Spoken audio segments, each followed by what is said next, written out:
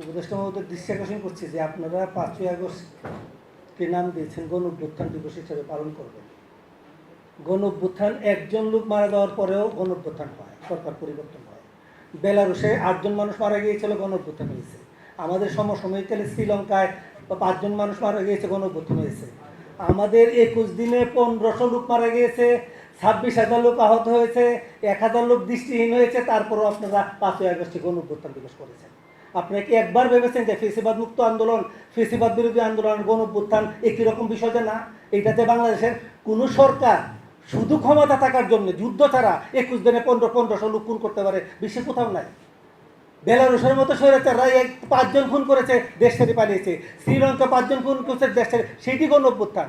আজকে আপনারা শুধু 5ই আগস্টে গণ অভ্যুত্থান দিবস স্বীকৃতি দিয়ে এটা একটা অতীতের ঘটনা মনে করেছেন, কিন্তু এটা যা ফেসিবাদ বিরোধী আন্দোলন, ফেসিবাদ বিরোধী আন্দোলনকে যে আমাদের সদা জাগ্রত রাখতে হবে, এটাতে চেতনা, এটাতে ফেসিবাদকে রুখে দেওয়ার জন্য প্রতিনিয়ত আমাদের চর্চা করতে হবে, সেই জিনিসটা আপনারা অ্যাবসেন্ট করে দিয়েছেন। একটা গণ অভ্যুত্থানের মধ্য দিয়ে, এত রক্তপাতের মধ্য দিয়ে যে ধরনের রাষ্ট্র গঠন করা দরকার, যে ধরনের নৈতিকতা দরকার, যে ধরনের সংস্কৃতি দরকার, আমরা আজ পর্যন্ত দেখতে পাইনি। আমরা অনেক রক্তপাতের মধ্য দিয়ে এই একটা সরকার আনয়ন করেছি, কিন্তু একটা নামকরণের মধ্যে ফেসিবাদ নাই। নামকরণের মধ্যে যদি ফেসিবাদ না থাকে, কিভাবে আমরা ফেসিবাদকে মোকাবেলা করবো? এটা কি শুধুমাত্র অভ্যুত্থান, এর সাথে অভ্যুত্থান একটি সমান অভ্যুত্থান? তা আমরা যদি দুইটাই সমান অভ্যুত্থান বলি, তাহলে আমরা কিভাবে ফেসিবাদকে মোকাবেলা করবো? নামকরণের মাঝে আমরা ফেসিবাদকে রাখতে পারছি না। অর্থাৎ সরকারের এত বড় দুর্বলতা, সরকার এত বড় ব্যস্ত, সরকার এত বড় এই অভ্যুত্থানকে বুঝতে ব্যর্থ হচ্ছে যে আমরা এই অভ্যুত্থানের চেতনাকে কিভাবে রাষ্ট্রে প্রয়োগ করব, কিভাবে নতুন সংস্কৃতি করব, কিভাবে নতুন সংস্কৃতি গঠন করা যায়, কিভাবে ফেসিবাদ মুক্ত সংস্কৃতি অর্জন করা যায়, কি কাঠামোতে রাষ্ট্রকে পুনর্নির্মাণ করা হবে। আমরা এই সরকারের কাছ থেকে যতটুকু আশা করেছি ততটুকু পাই নাই, কিন্তু দার্শনিকভাবেও এই অভ্যুত্থানকে সরকার লালন করতে পারছে কিনা সেই প্রশ্ন আজকে আমরা করে যাচ্ছি। দার্শনিকভাবে দেখার অভাব। আজকে এই বয়ানটা যদি শেষ হয়ে যায় যে শুধু অভ্যুত্থান, সেই বয়ানের মধ্য দিয়ে নতুন একটা বয়ান তৈরি হবে, যে বয়ান শক্তিশালী হয় সেই বয়ান টিকে থাকবে।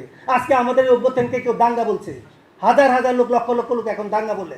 আমরা যদি অভ্যুত্থানটাকে ফেসিবাদ বিরোধী আন্দোলন না বলতে পারি, সেই দাঙ্গা প্রতিষ্ঠিত হয়ে যাবে। কিছুদিনের মধ্যে দেখা যাবে যে একটা ছোট ইস্যুতে ফেসিবাদ ঢুকে সেটাকে বড় একটা ফাটল সৃষ্টি করবে আমার এই সমাজে।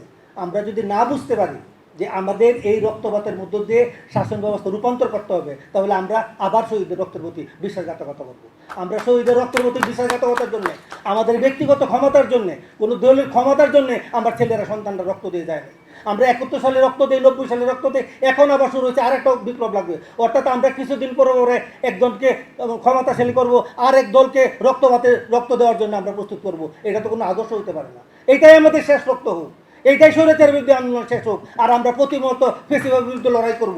লড়াই শুধু একদিনের নয়, আমাদের যে প্রজ্বলিত হয়েছে আগুন, গণ অভ্যুত্থানের মধ্য দিয়ে প্রজ্বলিত আগুনকে ধরে রাখতে হবে, প্রতিনিয়ত সংগ্রাম করার মধ্য দিয়ে, প্রতিনিয়ত অন্যায়ের বিরুদ্ধে সংগ্রাম করার মধ্য দিয়ে, প্রতি মুহূর্তে মিথ্যার বিরুদ্ধে সংগ্রাম করার মধ্য দিয়ে এই রাষ্ট্র ব্যবস্থাকে বদলাতে হবে। পুরনো রাষ্ট্র ব্যবস্থাকে, যে রাষ্ট্র ব্যবস্থা কারো হয়, যে রাষ্ট্র ব্যবস্থা ব্যক্তিগত হয়, যে রাষ্ট্র ব্যবস্থা পরিবারের হয়, সেই রাষ্ট্র ব্যবস্থা উৎখাতের জন্য অভ্যুত্থান হয়েছে। আমাদের রাষ্ট্রটা হবে সকলের, আমাদের রাষ্ট্রটা হবে শহীদদের রক্তের উত্তরাধিকার তাদের রাষ্ট্র।